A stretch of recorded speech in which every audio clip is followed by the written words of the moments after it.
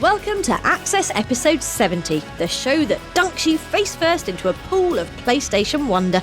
Hold your breath for this lot. We take a peek behind the papier-mâché scenes at tearaway developer Media Molecule in Access All Areas, channel our inner 10-year-old as we sift through a load of lovely PS3 goodies, and wish a very happy first birthday to PlayStation Vita. But before all that, don your racing leathers and get that restart button primed. Our game of the week is Urban Trial Freestyle.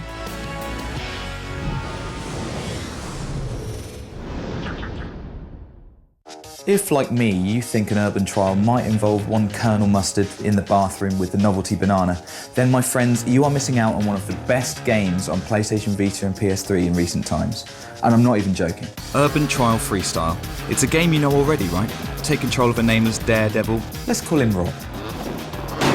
Ooh, sorry Rob. And get him and his bike from A to B. Except it's so much more than that. The levels are divided into two types, stunt and time attack. In stunt mode, your aim is to score as many points as possible by performing stunts at specific points throughout the level. The highest jump, the fastest speed, the greatest flip rotation. Whatever the stunt, nail it for a hefty points boost and massive bragging rights. 540 degrees, mate. Cheers! Luckily, you don't have to phone your mates to let them know who's boss, as billboards the size of your ego plaster your noble features by each stunt you've owned, or your mates' ugly mugs if they've somehow cheated into the lead. Hello? 542? Mother flipper. In time attack, you're up against the clock. At least that's what I'd like to say because it sounds cool, but it's not true. You're up against yourself, or your friends, or your postman, but basically anyone you can coax into spending the remainder of their life playing this game with you. And it will take the remainder of their life, and yours, because Urban Trial Freestyle is the epitome of just one more go gaming. As soon as your thumb has learnt select means instant restart on PS3, there's no way out until you've nailed the jump, stuck the landing, found the angle. In fact, it's so good at this, it should come with the following warning.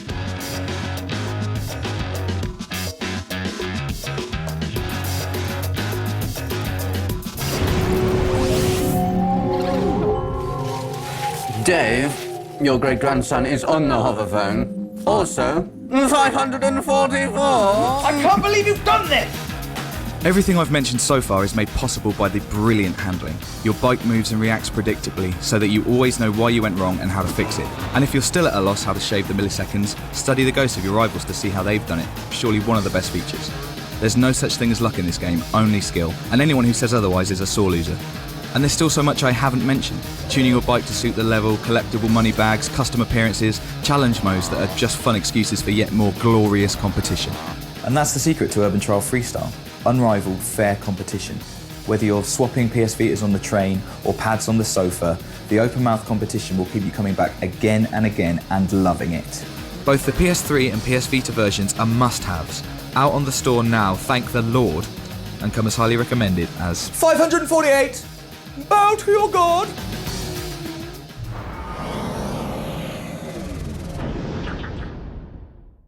Time for an update on everything PlayStation Now in this week's briefing. If you're watching on Wednesday the 20th, then what you really want to hear about is the mysterious PlayStation business update taking place in New York later today. Sign up at eu.playstation.com for email updates, or head over to our Facebook page to join the discussion and to find out the best place to stream the event live. Bad news, terrorists! Splinter Cell Blacklist is definitely a thing that's happening, and it's definitely going to involve a new voice for back-in-business spy Sam Fisher, as well as something called Killing in Motion, which looks like this. We travelled to Paris to ask a man from Toronto all about it. We knew that one of our biggest challenges with Blacklist was going to be just the scale of it, the scope of it. So for us, what we did is we looked at kind of three main profiles of player. There's the traditional ghost player, never detected, never kills anybody. The other end of the spectrum, you have somebody who's all about the direct action approach. They're going in hard with weapons, with gadgets. And then if you want to go somewhere in the middle where you kind of, you're springing out from the shadows and taking your prey before kind of disappearing again, then you can do that as well. So the most important thing was to try and unify those different play styles. And just in case that didn't take care of all your shooting needs, quietly becoming one of our most anticipated games of 2013 is Fuse, from Resistance and Ratchet & Clank creators Insomniac. We recently spoke to studio boss Ted Price about the game. With Fuse, what we found was in our earliest incarnations, we weren't getting the kind of punch we wanted from our weapons. And so we went back to the drawing board and started just amping them up and making them much more over the top. And at the same time, we moved towards a slightly darker tone with drier humor. And it started all working together much better. Thanks, Teddy. Can we call you Teddy? OK then. That's all from Briefing. We'll be back with more next week.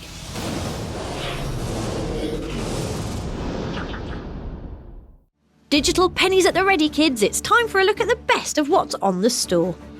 What we like about fresh DLC, The Tyranny of King Washington, is that it decides to ignore all the important events of Assassin's Creed 3, and indeed history itself, in favour of cool stuff happening. Specifically, George Washington turning into a power-crazed monarch, and Connor, who in this alternative timeline never became an assassin, sticking a hatchet in his face.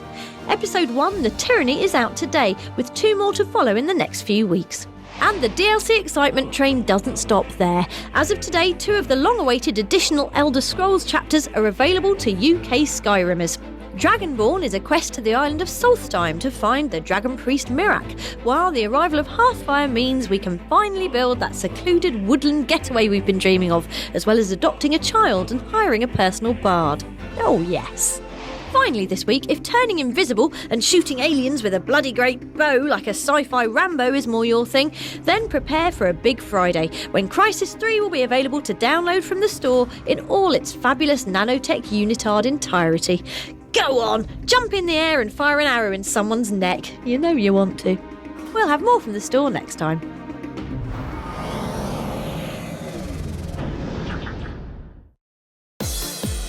For this week's bonus level, we stole behind the scenes at this merchandise-themed photo shoot for the official PlayStation magazine.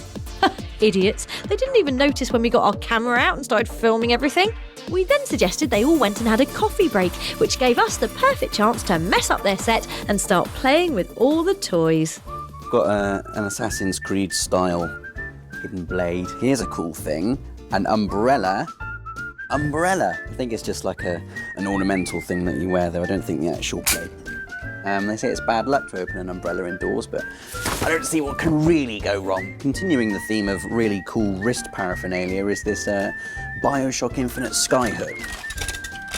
Grand Theft Auto 4 pool cue, so you can pretend to be Nico Bellic playing pool. What's that, Snake? I know, he's a complete idiot, isn't he? Supposedly clips onto roller coasters. Let's take it down to Alton Towers and give it a go. No, I don't know why he's in the game either. Ryden, hello, we were just talking about you. Figures. Thanks to official PlayStation magazine for the toys, we'll give them back eventually, and you can read all about how to grab yourself goodies like these in issue 81 of the mag, which is on sale now.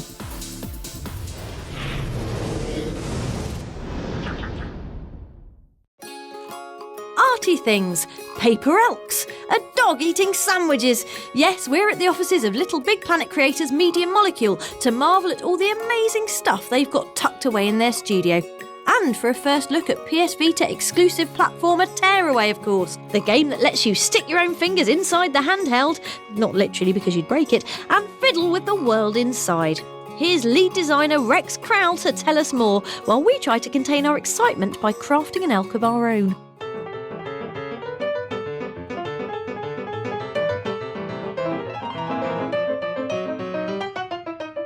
Lovely. We just get very, very hands-on and involved in everything we make. Really like to leave our mark on it. We're a very small studio, so everyone puts a lot of personality into what they're creating. Hang on, Rex, hang on. Your dog's back. OK, carry on. The tactile element of being able to make a really papery world with loads of subtle and dramatic interactions. Who's a good boy? Come in, come on. But also the fact that we've got the twin sticks and the buttons, we can have a proper, really quite hardcore adventure as well in there as well. Come in. Oh, thanks, Rex. We'll have loads more on the arty delights of Tearaway before it's released on PlayStation Vita later this year.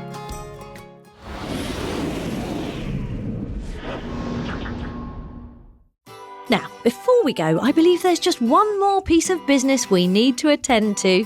Guys? Happy birthday to you. Happy birthday to you. Happy birthday, PlayStation Vita. Happy birthday to you. Happy first birthday, PlayStation Vita. Sadly, we'll have to eat your cake for you because you don't have a mouth. See you next week.